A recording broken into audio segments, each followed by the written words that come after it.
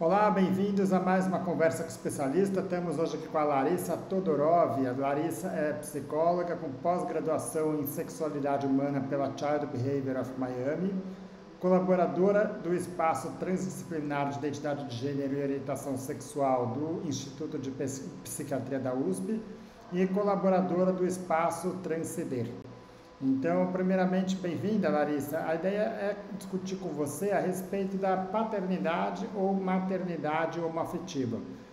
Primeiramente, bem-vinda e obrigado pela sua disponibilidade aqui. Obrigada, João. Bom dia a todos. É um prazer estar aqui para a gente ter aí essa troca de experiências nessa manhã. Vamos lá. Ótimo. Então, vamos lá. Para começar, assim, famílias homoafetivas, elas podem ter filhos biológicos, né, por meio da reprodução assistida, ou então por meio de adoção. Então, existem aí alguns desafios específicos de cada uma dessas formas, né? Mas, assim, dentro das formas de reprodução assistida, existem diferentes métodos para isso, né? Então, vamos lá. No caso da inseminação intrauterina, ela pode ser utilizada por mulheres homoafetivas, né? E uma das mulheres vai ser responsável aí por estar gerindo essa criança, né? Então, assim, uma delas vai ser uma mãe biológica e a outra não, né? Que tipo de implicação que isso pode ter? Isso, nós estamos falando então no caso da inseminação artificial, não é mesmo? Através de uma clínica, tem aí um doador anônimo e uma das duas pessoas, das duas mulheres, vai engravidar. Seria a mãe biológica. Hoje em dia, tem muitas facilidades, né? Porque já bastante procura nesse sentido. Os casais homoafetivos estão com o desejo de se reproduzir, de ter filhos, enfim, e aí eles buscam. E então, por exemplo, hoje consegue-se que a outra mãe, né, a pessoa que não está gerando o bebê, também consiga amamentar. Então, consegue-se estimular a lactação dessa outra mãe, né, sendo as duas mães.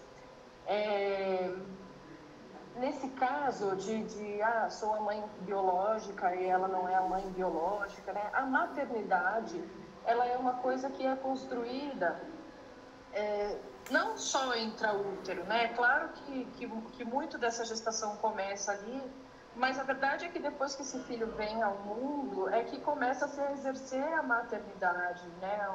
O exercício da maternidade, do amor, né? Do cuidado, começa também quando essa criança vem ao mundo. Então, a maternidade é exercida pelas duas mães. Às vezes, a própria pessoa que engravidou não tem condição de amamentar, ou porque não tem leite, ou porque não tem o desejo de amamentação. Então, às vezes, a amamentação é feita por fórmula, né? Ou de uma outra forma, e assim a parceira também pode participar nesse momento da amamentação, que é esse primeiro vínculo que tem ali com a criança.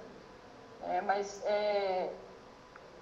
o casal estando bem unido, né, tendo esse desejo e isso bem conversado, os desafios de ser ou não ser biológico, eles podem ser amaciados por esse diálogo, por esse vínculo que essas pessoas, né, que esse casal tem, e o acordo o desejo de ser mãe ser maior do que o desejo de que esse filho seja biologicamente dessa pessoa, né? Assim como no caso de uma adoção, por exemplo.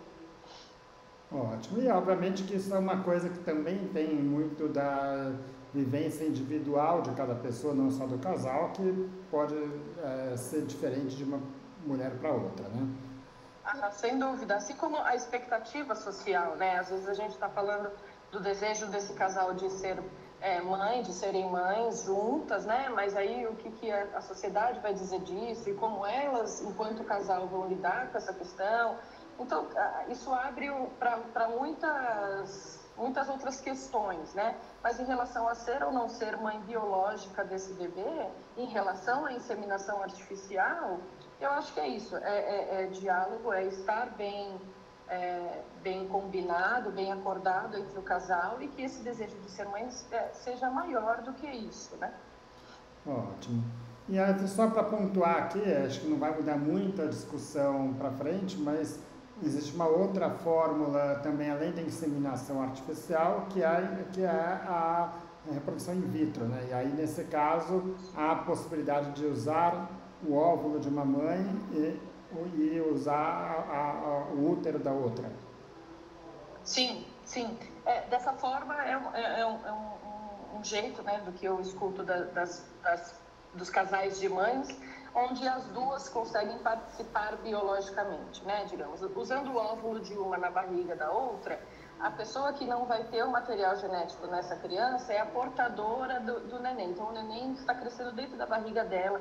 Essa mulher consegue se sentir até um pouco mais participante desta etapa da gestação, né, sendo ela justamente a gestante, mas a outra que não está gestante é a doadora do óvulo, né? Então, o material genético vai passar para essa criança, então vai ser dela também.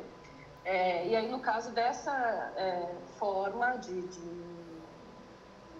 gravidez, né, pela fertilização in vitro, ela é com um custo um pouco mais elevado do que a inseminação artificial, que é, vamos supor aí, uma diferença de 5 mil a inseminação para 20 mil a fertilização in vitro. Claro, com variações de clínicas aí de uma para outra, enfim, mas é uma grande diferença de preço e de valor financeiro, né, estamos falando. Ótimo. Do ponto de vista até legal, né, de registro, de tudo isso, muda alguma coisa? Vamos dizer, até obviamente que ninguém deseja isso, ninguém pensa nisso, mas, por exemplo, você pode ter uma situação em que você usa o óvulo de uma mãe no útero da outra e que, eventualmente, esse casal possa ter algum fim ao longo da gestação ainda, né, ou da pós. Isso daí tem alguma implicação? Como é que funciona isso?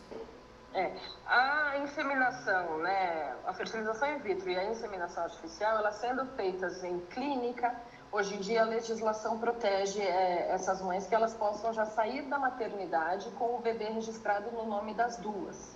É diferente do que uma mãe que engravida por vias naturais, vamos supor, né, uma pessoa engravidou. E aí depois começou a se relacionar com uma mulher e na hora de ter o filho elas não conseguem registrar as duas, a criança no nome das duas, porque não tem esse registro através da clínica dizendo que foi um doador anônimo, senão, né, porque a justiça entende que se não foi através de uma doação anônima numa clínica, pode em algum momento ter o desejo desse pai de buscar, desse doador de buscar a paternidade dessa criança. Então, a justiça impede que essas mães registrem na maternidade ainda essa criança.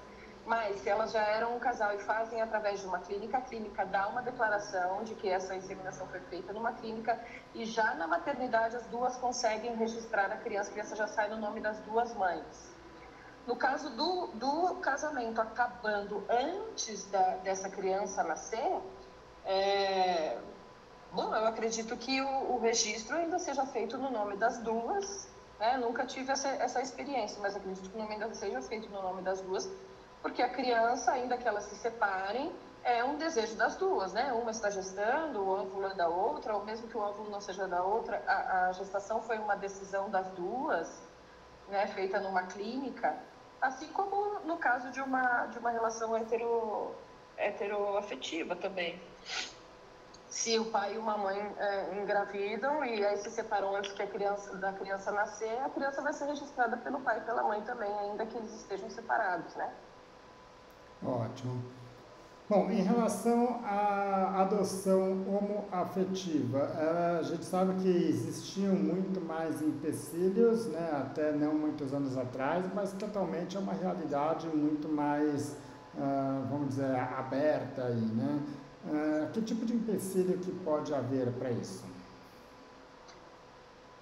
Eu nem sei te listar o empecilho, na verdade, porque realmente hoje é uma realidade muito, muito frequente a adoção por casais homoafetivos ou até por mãe solo, pai solo, né? Pessoas individuais querendo exercer a maternidade, a paternidade, eles entram na fila de adoção e conseguem também autorização.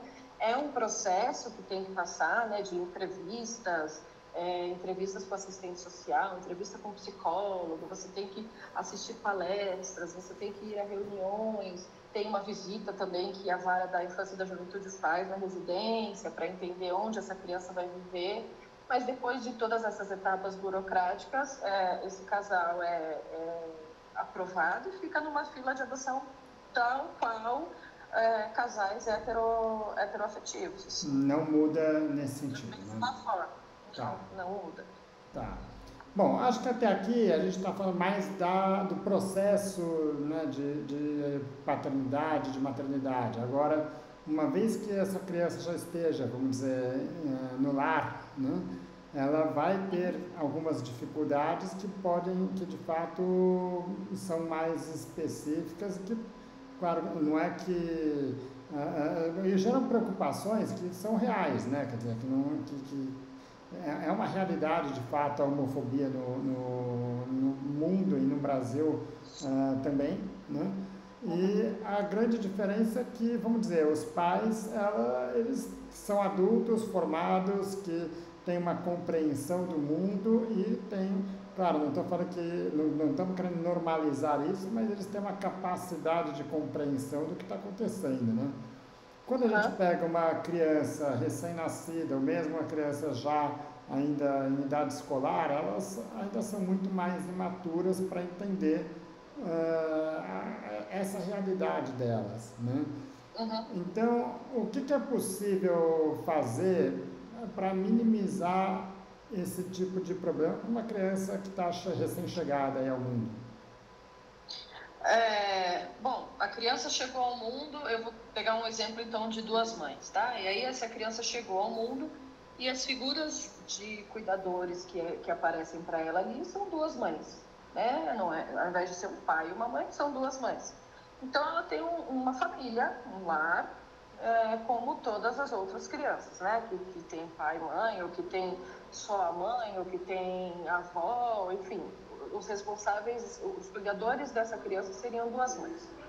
Até ali uma idade de, sei lá, 5, 6 anos, essa criança não vai ter grandes impactos nesse sentido, né? Se, né, eu acho, trabalhando em casa, a autonomia dessa criança, explicando que né, tem duas mães, e aí dicas para que isso possa, você perguntou, para minimizar, né? Uma literatura, às vezes, de livrinhos que sejam representativos desse tipo de formação familiar, né? Onde a personagem tem duas mães, ou onde tem dois pais, para entender que as famílias são diversas, né? E desde o início da vida que isso seja explicado, né? Às vezes essa criança, por exemplo, pode falar, por que eu não tenho pai? Aí você fala, você não tem pai, mas você tem duas mães, né? A Mariazinha ali, ela tem um pai e uma mãe, ela tem uma mãe só, você tem duas, né? Enfim, as formações familiares são diferentes, né? E é isso, não tem que ser igual ao outro, né? Porque também se você for ver o Joãozinho, é o pai dele somente que cuida dele, né? Ou então ele mora na casa da tia. Então, as famílias são diversas. Na rede pública de ensino hoje em dia, inclusive, não temos mais assim, o Dia das Mães, o Dia dos Pais, né? Porque se entende que às vezes as crianças podem ficar entristecidas de perceber que, por exemplo, é Dia dos Pais, eu não tenho pai, né? É Dia das Mães, eu não tenho mãe. Então, agora é o Dia da Família na escola. Então, quem que é a família dessa criança? Eu acho que o serviço de educação, o trabalho de educação infantil hoje está voltado para esse lugar, para as famílias que são diversas e são de fato.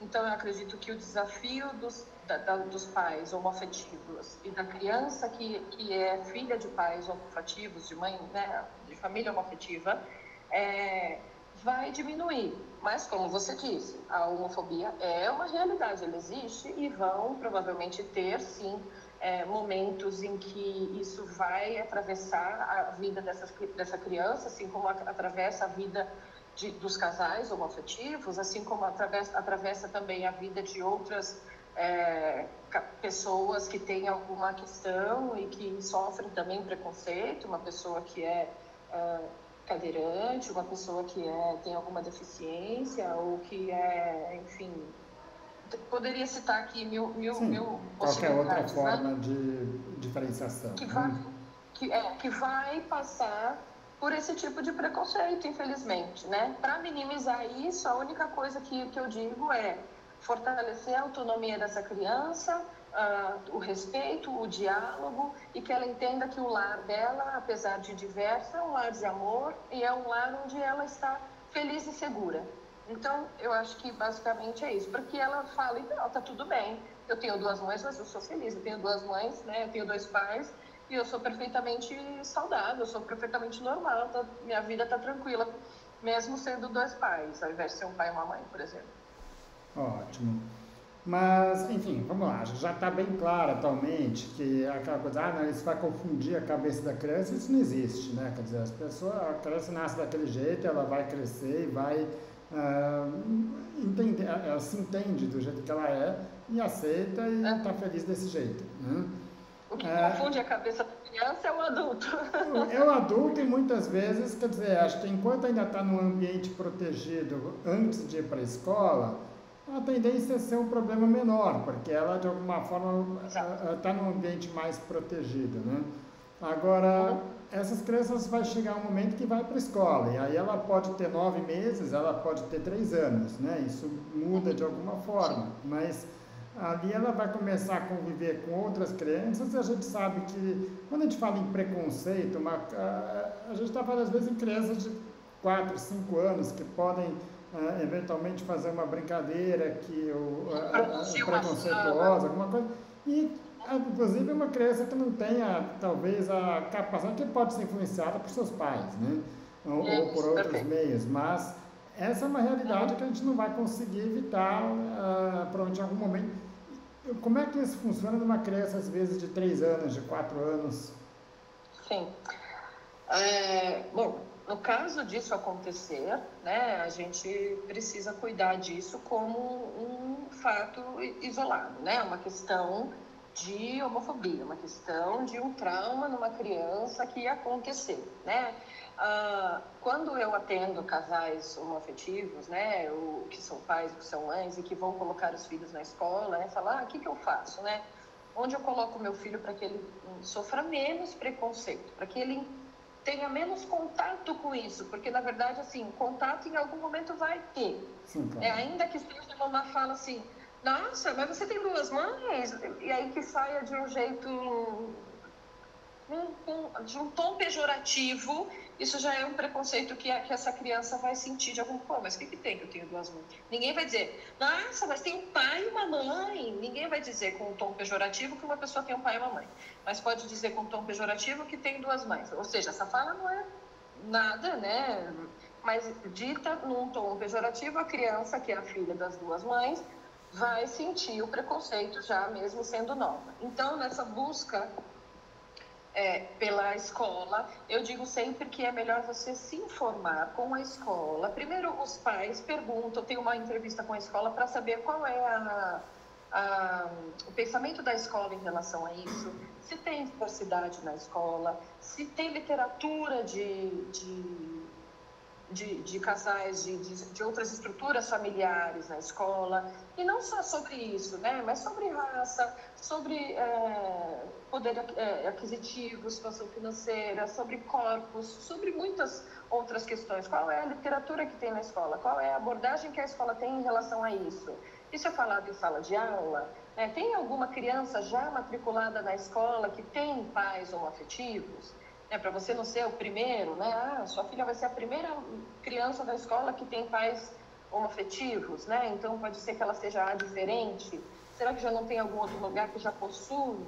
E assim, João, tem, né? Existem as escolas onde já esses pais procuram com mais frequência, já sabe que tem ali, vamos colocar ali porque tem mais pais homoafetivos, tem outras crianças que têm essa mesma formação familiar, aí você minimiza a possibilidade dessa criança sofrer um preconceito um pouco mais grave, alguma coisa assim.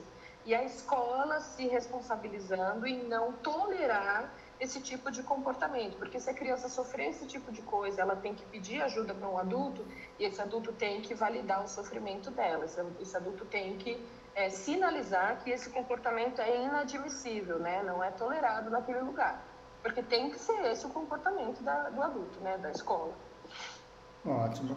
Ainda existem muitas escolas em que entendem que a questão de sexualidade não deve ser abordada numa idade muito precoce, né? Que acabam adiando essa discussão para quando a criança já chega aí próximo da adolescência, né? Ah, o- e na verdade, assim, muitas vezes está falando de sexualidade, de identidade, de respeito, de outras coisas que às vezes acabam deixando para um momento mais tarde, né?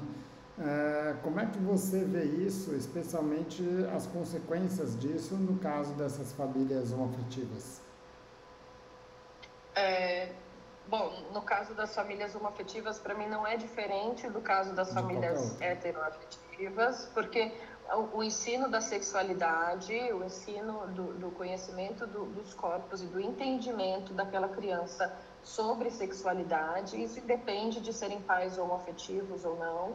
É claro que você não precisa falar de sexualidade. É que é isso, né? A sexualidade ela é vivida a todo momento. Então, se uma criança de 2 anos tem um casal de mães, ela já está entendendo que existem informações de casais diferentes. Pronto, isso já é uma coisa sobre sexualidade. Sexualidade é diferente de sexo, né? Às vezes as pessoas pensam assim, eu não vou falar de sexualidade com meu filho porque eu vou estar incitando um comportamento sexual no meu filho. Mas não tem absolutamente nada a ver, né? A sexualidade, nós estamos falando de circulações de hormônio dentro daquela criança, de curiosidade a respeito do corpo, do próprio corpo, do corpo do outro, e não em relação a sexo, mas de curiosidade. Daí, quando chega na adolescência, com as circulações de outros hormônios aqui, aí sim a gente vai falar de um olhar já talvez relacionado ao sexo, mas também não necessariamente. A gente está falando de estrutura de casais, a gente está falando de curiosidade, a gente está falando de ser livre em relação ao próprio corpo, para que você consiga ser livre, que você consiga aceitar o seu corpo, ser livre em relação a ele. E vou pontuar novamente, ser livre em relação ao seu corpo não quer dizer que você vai transar com qualquer pessoa a qualquer momento, com qualquer idade. Não é sobre isso, né? O ensino da sexualidade está num outro lugar. Né? E sobre a sexualidade nós estamos falando sim de um entendimento de gênero, nós estamos falando sim de um entendimento de relações afetivas, nós estamos falando sim de relações amorosas, a gente está falando de um espectro muito grande. Então, se a gente está falando de sexualidade para crianças, por exemplo, a gente pode dizer para ela que ela tem partes íntimas, né? Essa criança tem 3 anos. Você vai dizer para ela que vai fazer sexo e que vai atingir um orgasmo? Não, não é sobre isso. Nós vamos dizer para ela que a vagina é a parte íntima dela, né? O pênis dele é a parte íntima. Então, não é todo mundo que pode encostar, não é todo mundo que pode manusear. Você tem que ter cuidado ao fazer isso. Você não pode expor a sua parte íntima no local público. Então, você já está explicando para ela um comportamento a respeito do próprio corpo que está incluído na sexualidade também. Daí, conforme for crescendo, você vai explicando outras coisas. E aí, obviamente, na hora que você vai ensinar reprodução na escola, já para uma criança mais velha, obviamente, essa pessoa já sabe o que são as partes íntimas. Essa pessoa já sabe que tem coisas que você não expõe em público, tem coisa que você faz dentro do seu quarto, você faz dentro da sua casa, você faz em lugares privados, enfim. E aí você vai entender, tá, para se reproduzir precisa disso, tá, porque precisa explicar, né, do que a criança chegar desavisada. Não, tem criança que fala assim, não posso pegar ali embaixo, né, não nomeia o seu órgão sexual, né, então assim, não pode olhar, não pode pegar, não pode, é como se não existisse, né? E aí essa criança vira um adolescente com circulação de hormônios, né? Começa a sentir desejo sexual e aí não sabe de nada, não tem nenhuma informação, não consegue se proteger contra doenças ou contra um ato sexual indesejado. E aí a gente cai aí em tantos casos de violência ou de gravidez na adolescência ou de outros casos que são seríssimos, que às vezes com uma educação sobre sexualidade você teria evitado isso, né? Então, acho que está muito nesse lugar. Ótimo. Ainda em relação a essa parte de preconceito, Vamos dizer, até não muitos anos atrás, os preconceitos eram muito mais explícitos, né? Então as pessoas falavam abertamente e não se sentiam mal com isso, né? Isso diminuiu muito, vamos dizer, nos últimos anos, talvez nas últimas 2 décadas aí, né? Mas ainda existe muito forte um preconceito implícito, internalizado, né? Que é aquela pessoa que é preconceituosa, que ainda tem ideias do tipo, não quero que meu filho conviva com esse tipo de pessoa, né? Mas que obviamente que em público vai falar que é uma pessoa aberta, que é uma pessoa mais tolerante, tudo isso, né?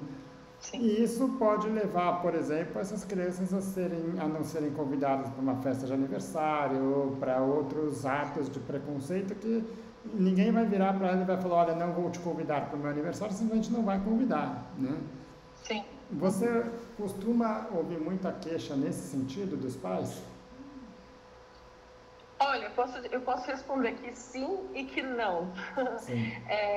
Porque depende do ambiente que essa criança está inserido. Existem ambientes onde esse preconceito é velado, né, onde essa criança não é convidada, por exemplo, mas aí eu também te digo que não está relacionado apenas a essa questão de orientação sexual dos pais, mas isso pode estar relacionado, por exemplo, a essa criança, vamos supor, ter aí um transtorno do espectro autista, ou essa pessoa está ser mais rica do que as pessoas da escola, ou menos, né, rica, mais pobre, ou mais,